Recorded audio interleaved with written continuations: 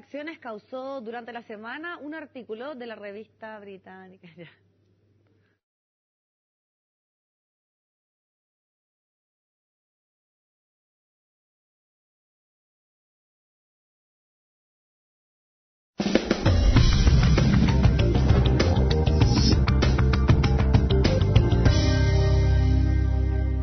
Distintas reacciones causó durante la semana un artículo de la revista británica The Economist que criticaba al presidente Sebastián Piñera.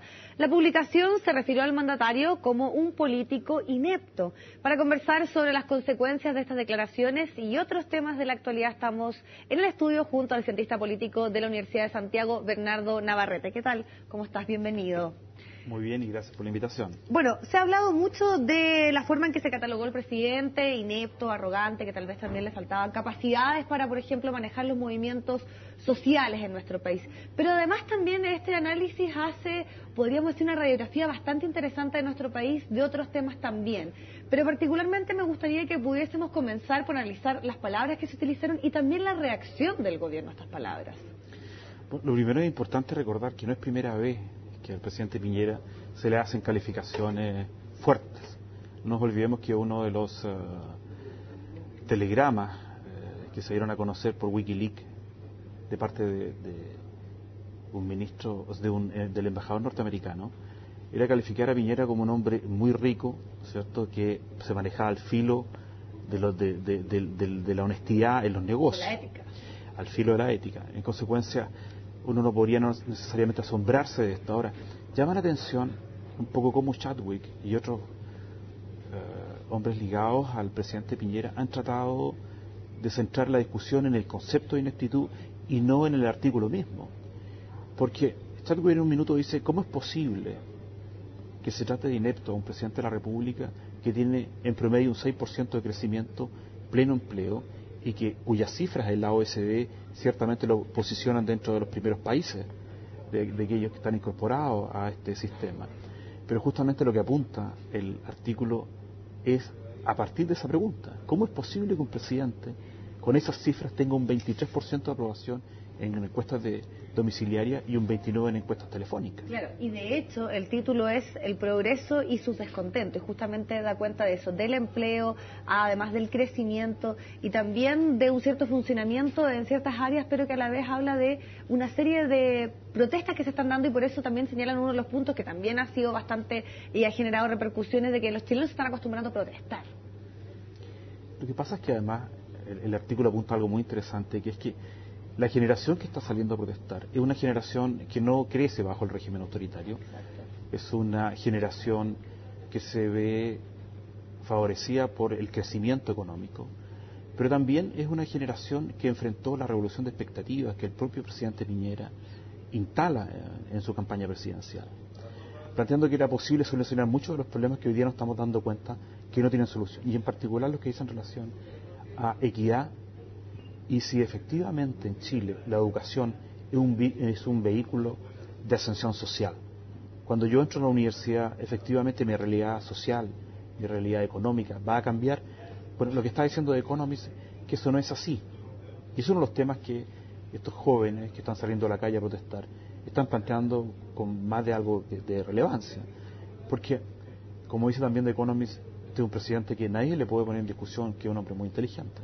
Pero como diría Fontaine, el Centro de Estudios Públicos, parece que el corazón no está muy cercano a las demandas de los ciudadanos y al sentido común de los ciudadanos sobre las desigualdades que hay hoy día, y en alguna medida no emparejan la cancha para que todos puedan competir. Claro, y aparte que llama la atención que en esta radiografía, donde se abordan temas bastante locales, por ejemplo está el tema de Aysén, se habla también de la colusión de las farmacias, hasta el caso de la Polar surge en este análisis, pero particularmente, por ejemplo, se cuestiona la forma en que maneja el presidente ciertos temas, y puntualmente se pone el ejemplo de lo que sucedió con el renunciado ministro de Energía.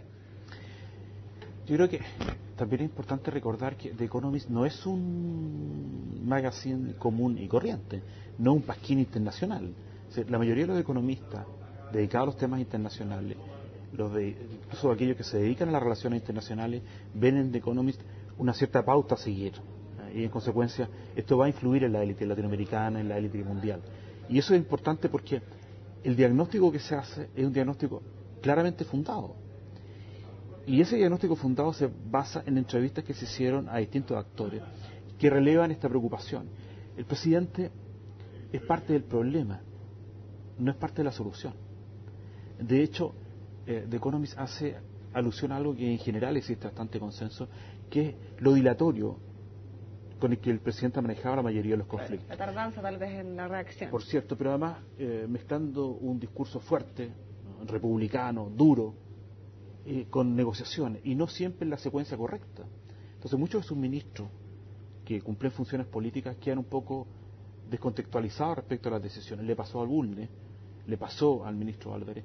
Entonces esto también tiene que ver con el liderazgo, y de ahí yo creo que viene la reflexión de Economist sobre la ineptitud del presidente.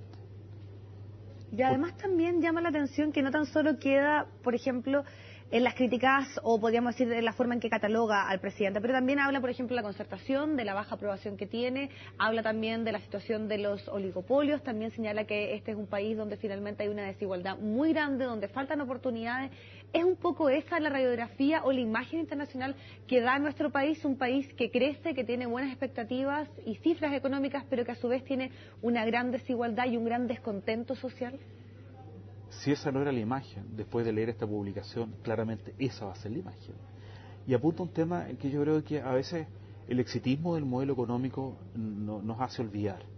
Las desigualdades del país y la falta de nivelación para que todos puedan competir en igualdad de oportunidades es un tema que se ha ido arrastrando los últimos 20 años. Este no es un tema solo de Piñera, pero llama la atención que en esa revolución de expectativas y de compromisos que él estableció en su campaña presidencial, los electores, los ciudadanos comunes y corrientes, los ciudadanos a pie, empiezan a darse cuenta que no solamente es un problema de corazón, es un problema que no se están cumpliendo esas expectativas.